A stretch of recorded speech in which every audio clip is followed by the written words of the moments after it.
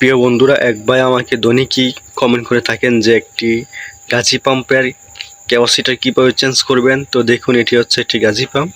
তো এই গাজি পাম্পের ক্যাপাসিটি মূলত নষ্ট হয়ে গেছে। তো দেখুন, ওপরের যে ক্লিপ রয়েছে, ক্লিপের মাধ্যমে কিন্তু ক্যাপাসিটিটা আটকানো থাকে। তো এই ক্যাপাসিটারটা খুলে নিতে হবে। তো খুলে নিয়েছি।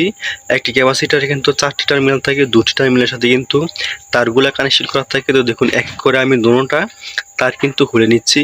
তো এই দোনোটা তার খোলার পর আমাদের যে নতুন ক্যাপাসিটারটা রয়েছে, আমরা যে পজিশনে খুলবো ক্যাপাসিটারটা পুরনটা, নতুনটা সেম একই পজিশনে আমরা ক্যাপাসিটারের যে টার্মিনাল রয়েছে এই টার্মিনালের সাথে সংযোগ করে দেবো। তো দেখুন, আমি দোনোটা ক্যাপাসিটারের মাধ্যমে কিন্তু দোনোটা তার আমি সংযোগ করে নিয়েছি। সংযোগ করার পর এবং উপরে দেখুন যে ক্লিপ রয়েছে, এই ক্লিপ বরাবর এটাকে আমি লাগিয়ে নেব।